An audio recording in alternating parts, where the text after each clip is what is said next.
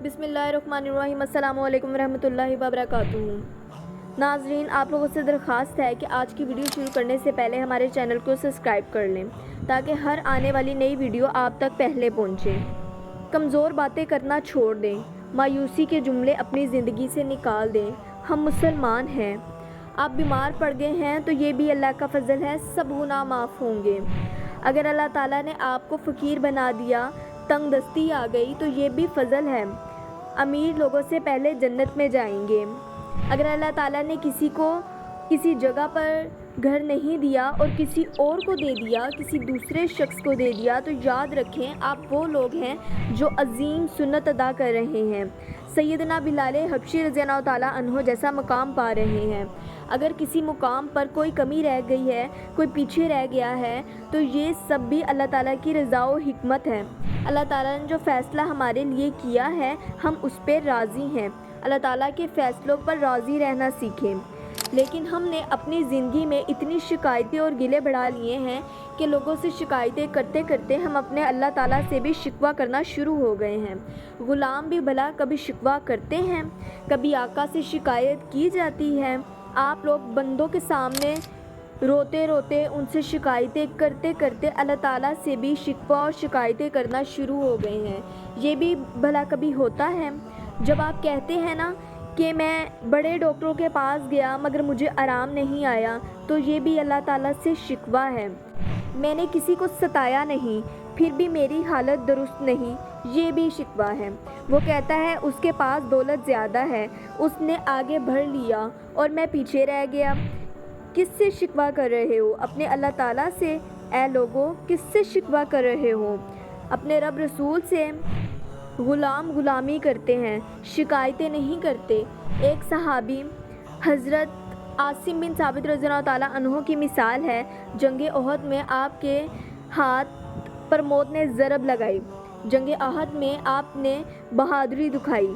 सल्फ़ा बिन सैयद के 2 बेटे जंग बदर में शहीद हुए, तो उसने कसम खाई कि मैं उनके सर लाऊंगा और उनकी खोपड़ी में शराब पीऊँगा। इस वाक़ये के बाद कुछ कबाइल ने जो है बगावत दिखाई और नबी पाक सल्लल्लाहु अलैहि वसल्लम ने कुछ लोगों को भेजा।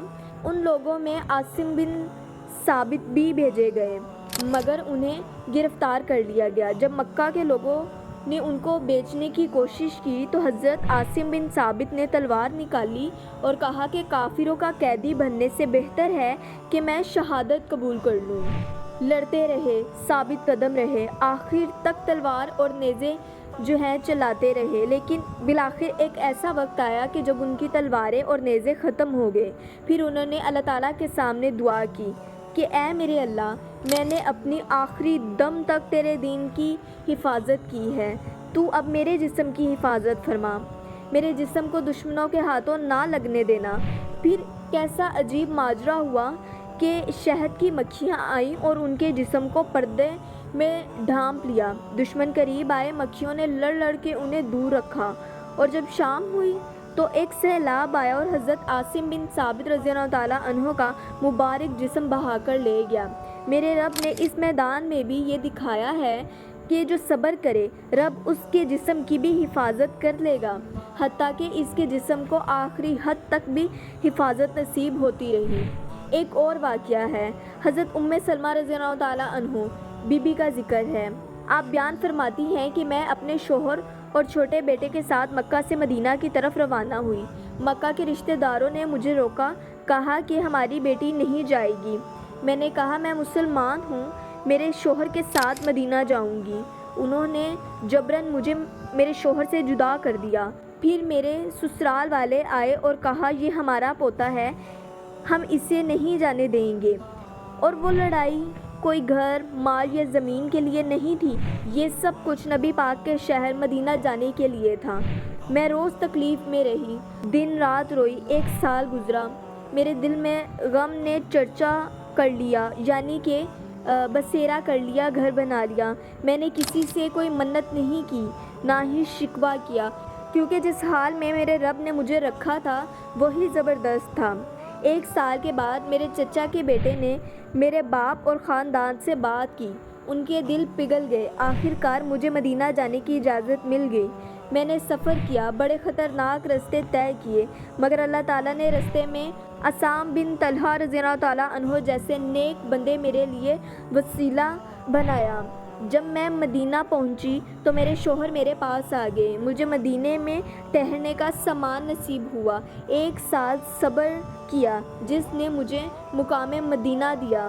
یہ مثال ذرا سمجھیں کہ صبر، حوصلہ اور ثابت قدمی کتنی بڑی چیز ہے۔ اکیلا آدمی بھی اگر ثابت قدم ہو تو اللہ تعالیٰ مدد کرتا ہے۔ صبر کا مقام بہت بلند ہے۔ حضرت ابو بصیر رضی اللہ تعالیٰ عنہ کی مثال بھی قابل غور ہے۔ حدیبیہ کے واقعے کے بعد جن صحابہ نے مکہ سے پناہ چاہی، کچھ لوگوں کو واپس بھیج دیا گیا، کچھ نے انتہا کا صبر کیا۔ حضرت ابو بصیر جیسے لوگوں نے قیدیں توڑ کر سفر کیا، زندگیاں دیکھی، مصائب برداشت کیے، مگر صبر اور استقامت اختیار کی۔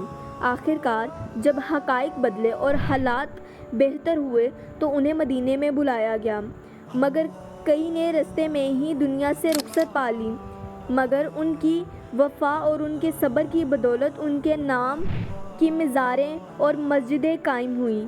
حضرت ابو بصیر رضی اللہ تعالیٰ عنہ کا مزار اور مسجد اسی صبر کی یادگار ہے، اور صبر اختیار کر لو کیونکہ صبر کا اجر عظیم ہے۔ اب ایک بات میری طرف سے اپنے کردار کا ماحول دیکھیں۔ بہت سے لوگ ظاہراً بہت ہوشیار، تیز رفتار اور ہر چال چلن سے واقف ہوتے ہیں۔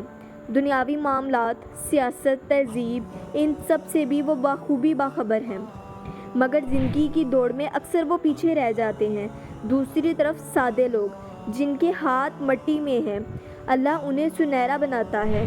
ان کے لیے اکثر دفتر دروازے کھل جاتے ہیں، راستے آسان ہو جاتے ہیں، اللہ انہیں زمین و آسمان کی برکتوں سے نواز دیتا ہے۔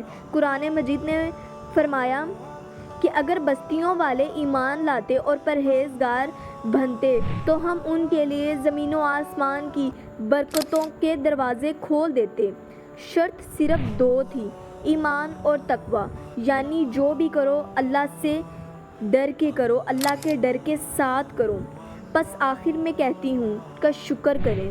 ہمیں چاہیے کہ اللہ کی رضا میں راضی رہیں، صبر اور استقامت اختیار کریں، شکوہ کم کریں، اپنے رب کی یاد اور محبت میں زندگی گزاریں۔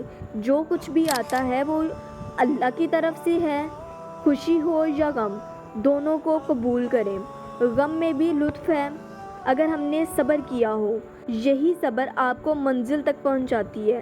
اللہ ہم سب کو صبر و شکر اور سچا ایمان عطا فرمائے، آمین یا رب العالمین۔